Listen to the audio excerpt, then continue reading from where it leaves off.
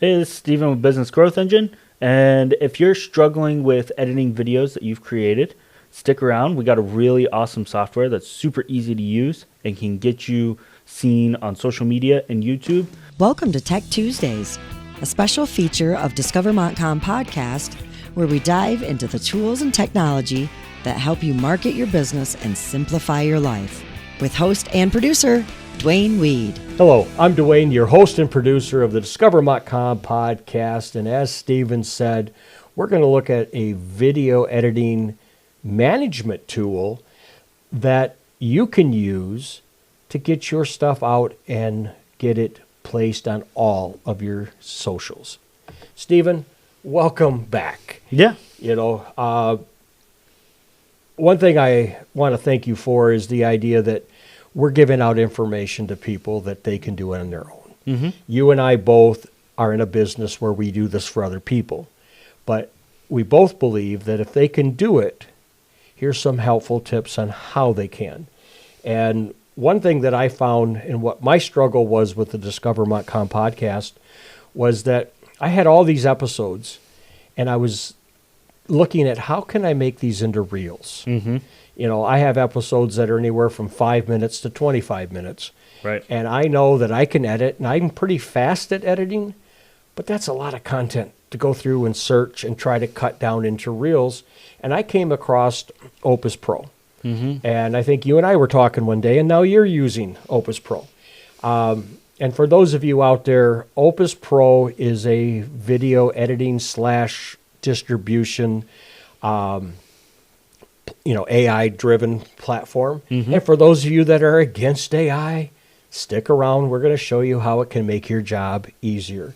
So can you describe a little bit about Opus? And again, on this particular episode, we want you to look at YouTube. Yep. Because we are going to be showing examples of this through our YouTube channel, and that's at Discover Montcalm Podcast. So with it, what intrigues you best about this particular software? Yeah, I'm glad you asked that because you were the one that actually I've heard of it a couple of times, but you talked to me about it after doing another podcast. And so I went home, I did some more research on it because I was in the same boat as you. I was creating tons of software, but videos. And the issue was I was kind of getting demotivated because I didn't want to cut them all up. I didn't want to go through that process. We know how. Yeah. But how can we make it better, faster, stronger? Because you're going to spend a couple of hours doing one video. So the thing I like the most about Opus Clip is the simple fact that you can take a long-form video, which is 5 to 12 minutes, even longer, and you can upload it. I think the maximum right now is like 90 minutes long. Yeah. And you can hit get clips in one click. And when you click that, it's going to analyze the video, and then it starts cutting them up into little 90 seconds or shorter videos. Well, actually, you can tell it. Mm-hmm. Do you want it 60 or less? Do you don't care? Yep. So again, as we talked about in our ChatGPT episode, that if anybody missed that one, go back, find it at discovermontcalmpodcast.com. You can click on that. One thing I noticed about Opus is the more I used it and the more prompts I gave it, the better it started finding clips. But I will give a warning. You still have to be the human element within this because, yes, it will clip it up really good. But I find that, it might give me 10, 15 different clips. I'm finding that 3 to 5 of them are ones that I'm actually going to use because either that was redundant or I went, I didn't like that. So again, you have to be the human element in that. Right. Yeah, and you're absolutely right because I use it differently. I actually use all of them that it gives me.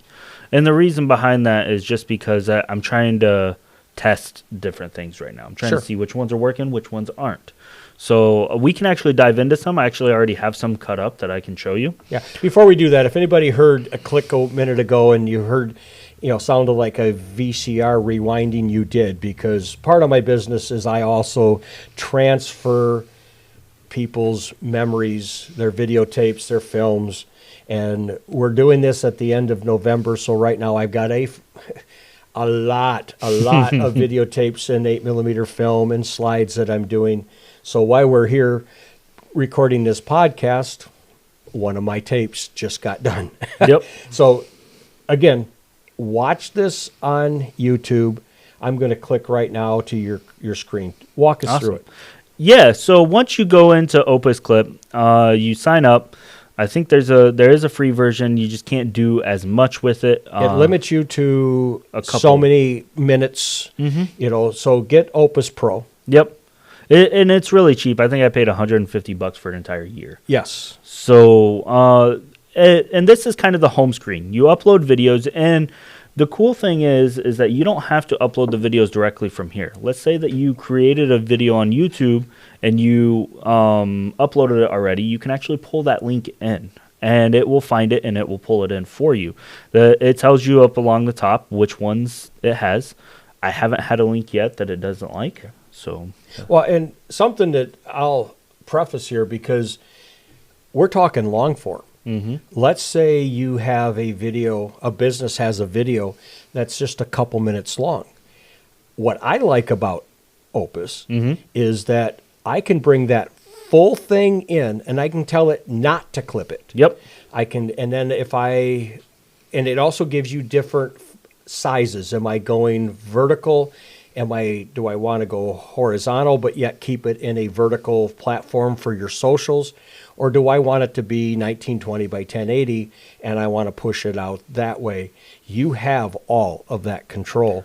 Absolutely. And the beauty of it is from Opus, you can schedule on all of your networks. Yep.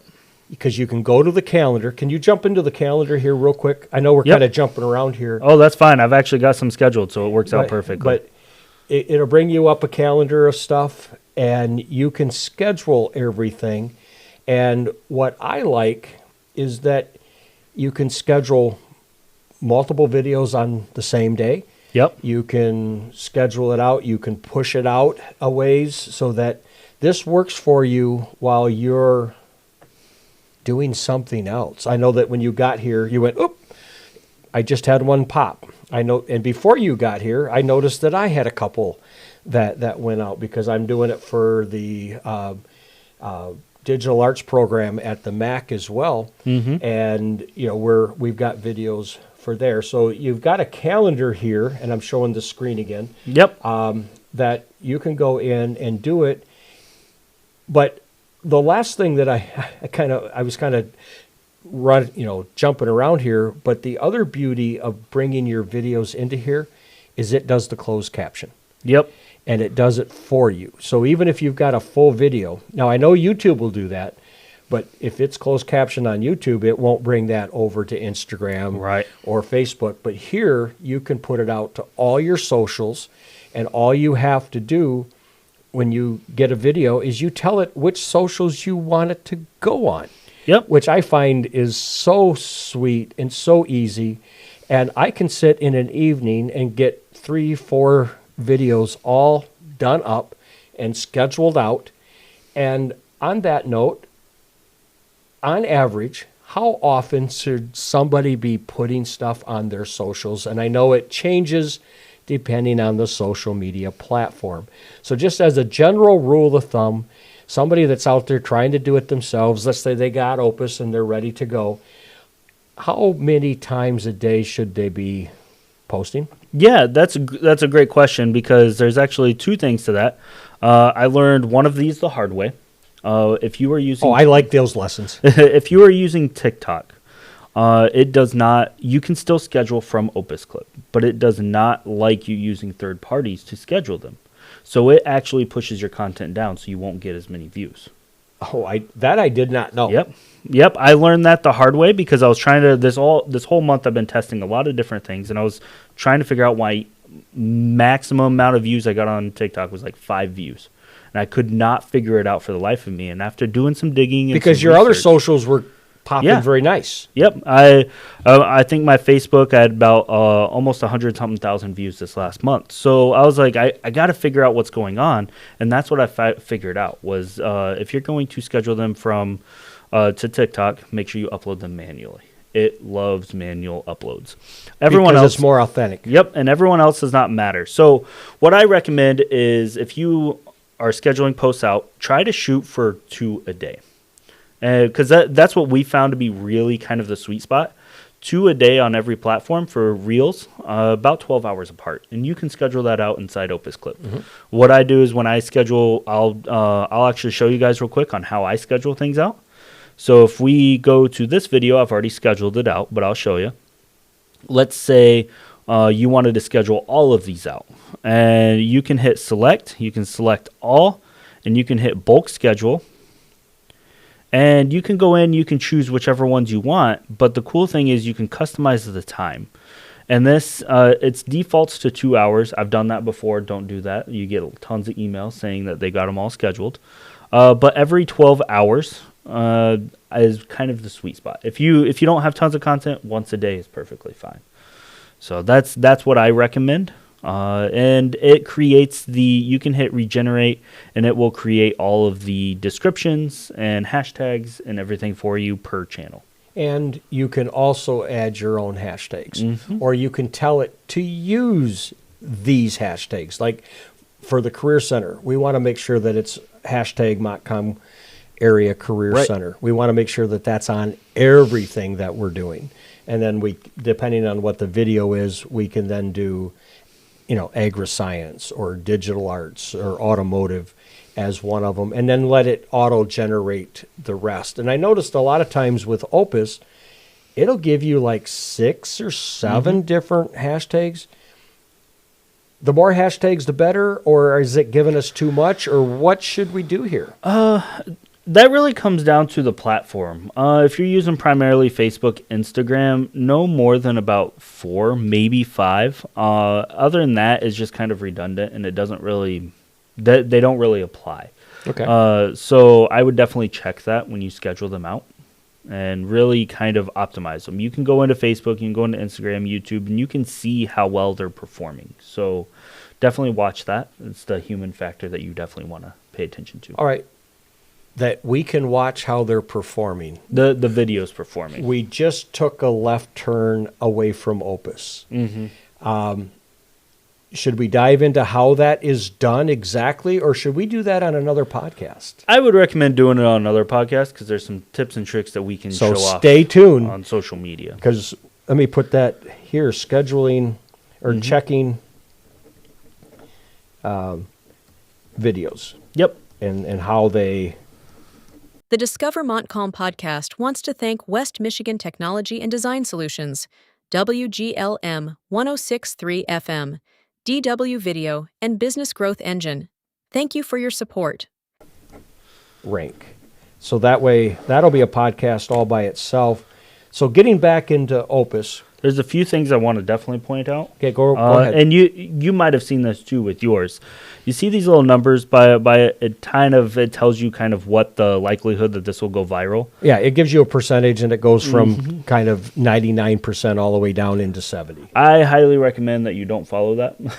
I haven't, because sometimes I find that my 60% one hits it better than my 99% one. Exactly. I've never seen one that's 99 and it goes massively viral. A lot of it comes down to the hashtags, the thumbnails, all of that stuff, and we can get into that in other videos as well. But keep in mind, you can always watch these before you send them out. So, and I recommend. Yes, absolutely.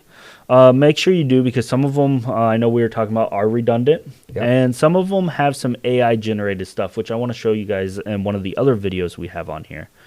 And let's do that. Yeah, and the cool thing with Opus Clip is you don't just have to cut things up. You can, along the top here, you can enhance the speech. It's got a built-in video editor, so if you're not good with Adobe or DaVinci or anything like that, you can use this, and it's a decent edit. I would say it's decent for people. Well, I don't, but other people. Well, I don't use it either, but it's there. Yep. And this is a good one. This was me being weird, but it was a good market update. I try to be festive sometimes. It's nice that you're telling us that you like to be weird. Yep. I think I'm weird all the time. So, and once you click on a video, you can add B-roll, which is really cool. You can change the landscape. You can do AI hooks. I don't recommend those. It's kind of like a video that goes over what you're talking about with some weird voice. But you can click edit clip here, and when that pulls up, it's going to pull up the transcript. And once it loads, it's going to actually pull it up along the bottom here of the entire video. And you can see, you can cut it up, you can move things around. So if you're listening to this, by all means, go to Discover Montcalm Podcast on YouTube, and you can see what Steven's talking about here as we wait for it to load. You can also find out if things are misspelled. I noticed that when I first started doing it, it did not know how to correct for Montcalm. When it was said, it was, I should have saved it because it was like, what is that word? Yeah. But the more that I changed it, the more it remembers it. Now it's correct. So now we're back to the edit. Yep, and so there's a couple of cool things I want to highlight with this. You can add music. They have royalty-free music. And if you're going to post them on Facebook, Instagram, I would recommend maybe playing around with that. And that could be something we get into on social media on one. But there's the AI hook. This one I actually found out recently. And it's an upload. So you can actually upload banners. You can upload a before and after, intros and all of that. All in here. So then when you get ready to download it, it's already pre-made. It's all ready to go. Well, and while you talk about copyrighted stuff, and I know you and I, Yep. and I'm doing this with my students all the time, just because it's on the internet does not mean it's free. Right. And you can get nailed. Yes. I got nailed once for one photo, and I ended up having to pay for it. I Yep. thought it was spam at first. By the time I realized it wasn't spam, it cost me more than what it would have the original. One photo that Yep. I believe came from one of my stock libraries ended up not. I don't know how it got in because I'm like, I use Envato elements for all of my stock photos, videos, and music. Yes, Yep. everything's kind of limited at times, but the nice thing about it is I have a license and I can use it. Even when I do something once in a while on CapCut, I'm not using their stuff. I'm uploading my own music because I don't want to get nailed. Right. It costs too much money. I work too hard for my money. Right. I want to make sure that my investment in Envato, and sometimes the music isn't perfect, but I find something that I need, and I know I can sleep at night knowing I'm not going to get one of those letters. So Right. what do you have here? So, and to kind of bounce off that, like, even if you don't have outsourced, royalty-free stuff, you can, especially if you pay for the pro version, you can rest easy knowing that it does all the generated AI, B-roll, all of that is all royalty-free. Okay. They do make sure of that. I was one of those nerds that read all the terms and conditions. So it definitely is. Sometimes it's not the best. Yeah. Well, I like to say you have to protect your assets. And somebody can twist that however they want because Right. we work too hard Yeah. to have to pay somebody, especially an attorney, Yeah. for not doing it right. Yep.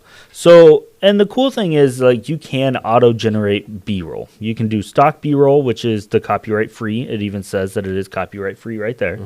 And then you can do the AI B-roll. I found that it is better to do the stock ones because the AI ones sometimes look goofy. But I do want to highlight something in here. I'm pretty sure it shows it in this one. So this is a good example. I'm talking about Montcalm County here in Michigan, right? But if I would have published this right away without any checking any of it, it's showing some random Montcalm map on B-roll. I don't know where that's at, but I think it's overseas. So that would throw someone off if they're watching it. Yeah. So you want to make sure that you go through.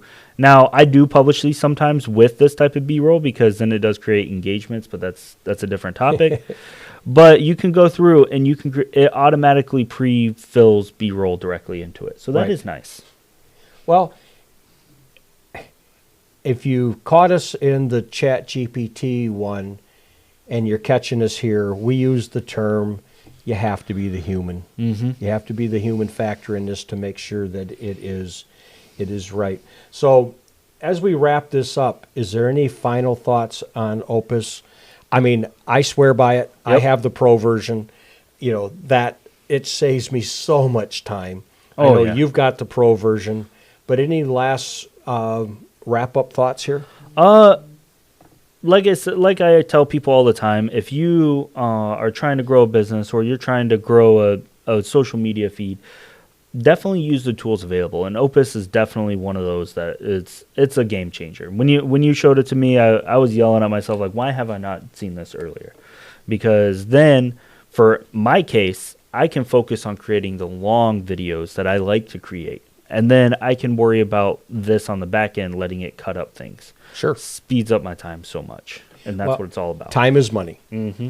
On that note, thank you for tuning in to this edition of the Discover Montcalm Podcast. I will have Stephen back. I think we are kind of dabbling around with another topic about podcasts and how to do your own podcast. But you'll just have to check, because I'm dropping these sporadically as we go forward.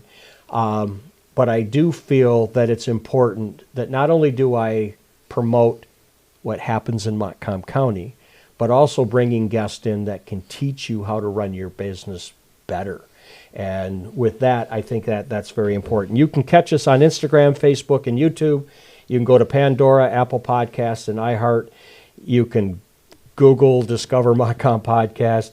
You can go to discovermontcalmpodcast.com. Check out all the episodes there. And again, if you have a topic, you've lived here your entire life and you've got memories from your childhood, I would love to grab some history, because our history is what is the generation that's living now. I like to get those people and have them talk about what Coral was like 50 years ago, or Howard City, or Carson City, Trufant. I mean, you keep naming the communities. I want to get people from there. So if you know a neighbor or yourself, or you've got a business or organization, by all means, get with me at 231-250-9624. And remember to buy and shop locally. The Discover Montcalm Podcast thanks West Michigan Technology and Design Solutions, M1063 WGLM, DW Video, Blueberry Podcast Platform, and Business Growth Engine. Thank you for your support. The Discover Montcalm podcast is produced by content creator Duane Weed at DW Video and Multimedia LLC at dwvideo.com, or call 231-250-9624.